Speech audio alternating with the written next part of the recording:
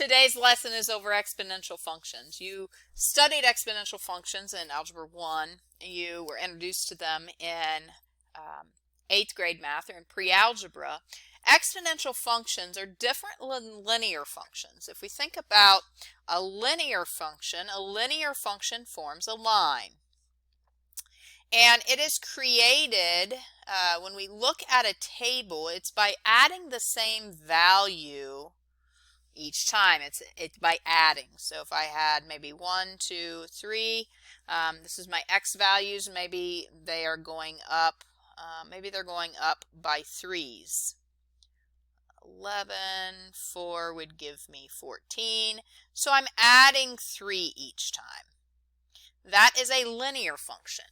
Now with an exponential function, I am multiplying by the same thing each time. So maybe I have 1, 2, 3, 4, and if I start with when x is 1, y is 2, and maybe I'm doubling them each time. So 2, 4, 2 times 2 is 4, 4 times 2, 4 times 2 is 8, 8 times 2 is 16, 16 times 2 is 32. So I'm multiplying by 2 each time. This would be considered my growth factor. It's growing by a factor of 2 each time. I believe they've talked about this COVID-19, that it had a growth factor. I've seen and read that the growth factor could be 1.33. So a growth factor is the number that I'm multiplying by each step. In this case, if maybe these are the number of days. So with this plus 3, this is considered my slope. It's my rate of change. So linear versus exponential. So that's what we've learned in the past. So now let's talk about our first objective is to be able to identify the base, the exponent, initial amount, and the growth or decay factor. So most exponential equations take this form. Y equals A times B to the x. The exponent in an exponential is the variable is in the exponent with an exponential. B is our base. A is considered the initial amount. So it's the amount that we had at the very beginning. So maybe I'm drinking a caffeinated drink and I had 32 milligrams of caffeine in that caffeinated drink. So that would be my initial amount. And then y is considered my answer. So sometimes you'll see things written like this. 6 to the x power equals maybe 9. My base would be considered the 6. My exponent would be my little elevated number, my exponent, and then this would be considered my answer. So, but our initial amount, we are going to see these initial amounts in word problems for sure. So what we know is if I have y equals, say I have 3,000, and I am going to multiply that by maybe 1.5, maybe to the x power. So basically it's taking that $3,000 and multiplying it by 1.5. So if I had to create a table, and if x is 0, 1.5 to the 0 is 0, and so that would be 3,000. That's where I'm starting. If x is 1, then 3,000 times 1.5 is 4,500. And if x is 2, then I just keep going. It would be 3,000 times 1.5 times 1.5, and you'll get the value to come out of that. Or it could be taking the 4,500, which was this, times 1.5 again. So these amounts are going to grow as x gets larger, so this is considered the growth factor.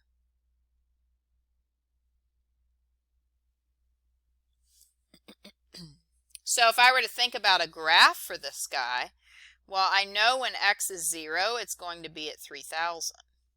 So I know that it's going to increase rapidly, and it can't be anything that is less than 0. So this would be an exponential growth. And you are going to study some of these graphs, making some changes to the variable, the x, in the graph and the growth factor to get, we're going to do a little bit more Desmos with that. Now, a decay situation might be something like this. And here is an example of half-life. So they actually used a percentage here. So regardless of, it says the half-life of caffeine in the average human adult over 48 hours. So at time 0, you have 100% of that caffeine in you. After 6 hours, you have 50% of that. So at 6 hours, so let's look at a specific example. Okay, so looking at a specific example, coffee has 95 milligrams of caffeine. So if I drink an 8-ounce cup, it's not a very big cup, I drink an 8-ounce cup of coffee, that's like 1 measuring cup of coffee. It has 95 milligrams of caffeine in it. Well, after 6 hours, 50% of that caffeine is still in my system.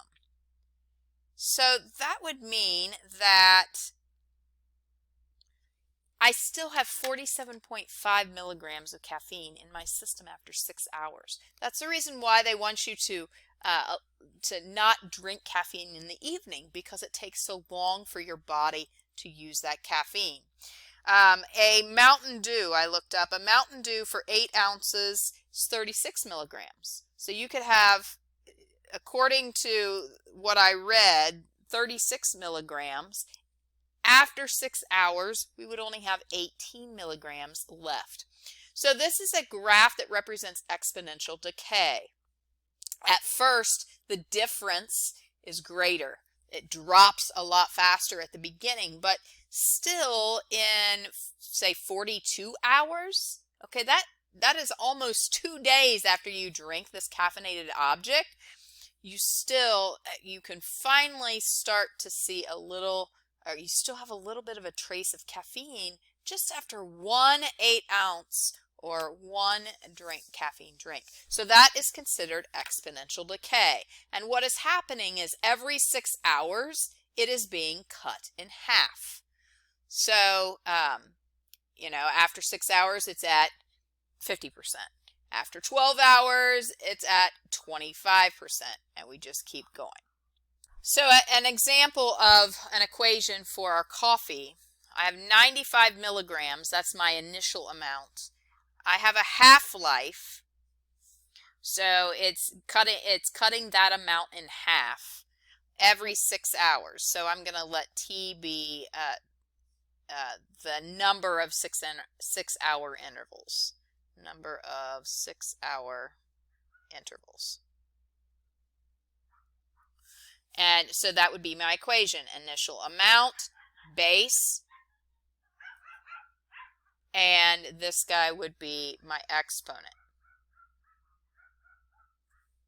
So that would be our, all right, our last objective for today is just to estimate. And we want to be able to estimate in your assignment, it is to estimate to the thousandth place, which if you think about is 3 decimal place, tenths, hundredths, thousandths. And you need to estimate to the decimal place, or the thousandth place, without going over. So when we look at this example, we have 3 to some power is 18. So let's kind of think about where that's going to fall.